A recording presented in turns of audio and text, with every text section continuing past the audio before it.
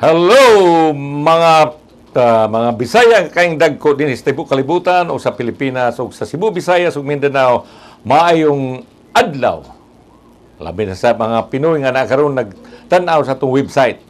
Ang ato karong topic mga kaigsunan mao kini ang cervical cancer in relation to your diet. Kini pagkaon gyud ha.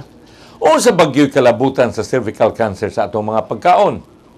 Aduna tay gitawag nga precancerous stage diin ang mga cells makapaduda apan dili cancerous. Kini gitawag nato nga cervical dysplasia. Common kini sa mga babae nagpangidad og 40 og 60 ang panuigon.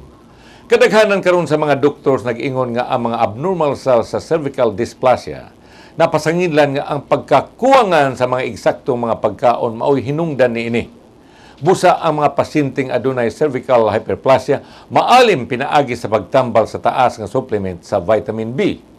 Kining gitawag nato nga folate, matud pa sa mga bantugang doktor sa Alabama University, sila si Dr. Charles Butterworth ug si Dr. Kenneth Hatch, MD, nga ang pasyente maalim sa cervical dysplasia within 3 months.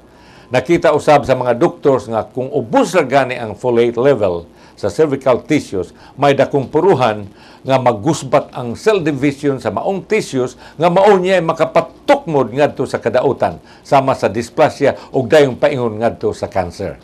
Busa gitambagan gyud nga ang mga babae nagtumar sa contraceptive pills magbantay kay kadaghanan nila moubos gyud ang ilang folate levels.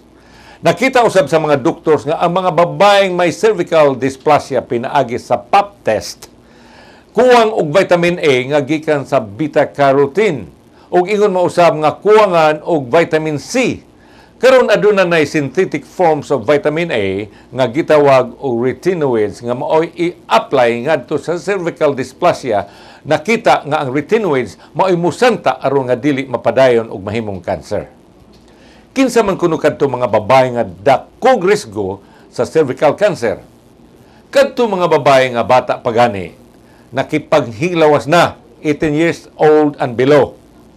Mga babae gani nga daghang sex partners sama sa prostitute o mga babaeng mugbog lupad o mga babae nga ganahan lang yun nga mo experience ni bisan kinsa.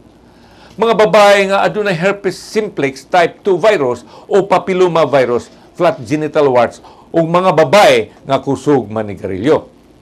Mga babae nga natawo sa o gipanganak sa inahan nga migamit og DES, diethylstilbestrol, samtang sila nagsabak. Adunay dakong risgo sa rare form of cervical and vaginal cancer. Busa kining mga babayhana, kinahanglan gyud nga magbantay o kinahanglan gyud nga magpatambag ka sa imong doktor. Pap smear ba and other screenings recommended by physician. Ang cervical cancer sayon lang eksaminon. Apan ang ovarian cancer lisud kay dili man kini makita gawas kung i-ultrasound. Ang uterine cancer mahibaluan man kini kay mupakita man kini og uterine bleeding. Apan ang ovarian cancer lisud gyud kaay mahibaluan kay hilom ra man kini siya. Ang ovarian cancer maura gastrointestinal trouble, abdominal discomfort, mudako ang tiyan ug dayong muus-us ang timbang. Kung madiskubrihan gani grabe na kaayo, uwahin na. Gituuhan nga ang 60% sa pelvic cancer sa mga babae.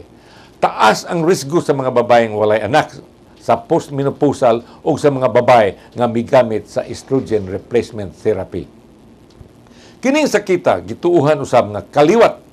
Coffee drinking of more than 3 times a day may be linked to it. And once again, high-fat diets mausay gipasanginlan. Og sa pagkatapos kabahin aning atong health guide ning buntaga ato napong puon ang usa ka pagtulunan sa Lucas 6:45. Ang maayong tao magsultig maayo gikan sa maayong mga butang nga anaa sa iyang kasing-kasing. Apan ang tao nga daotan magbuhat og daotan gikan sa mangilad nga mga butang nga anaa sa iyang kasing-kasing.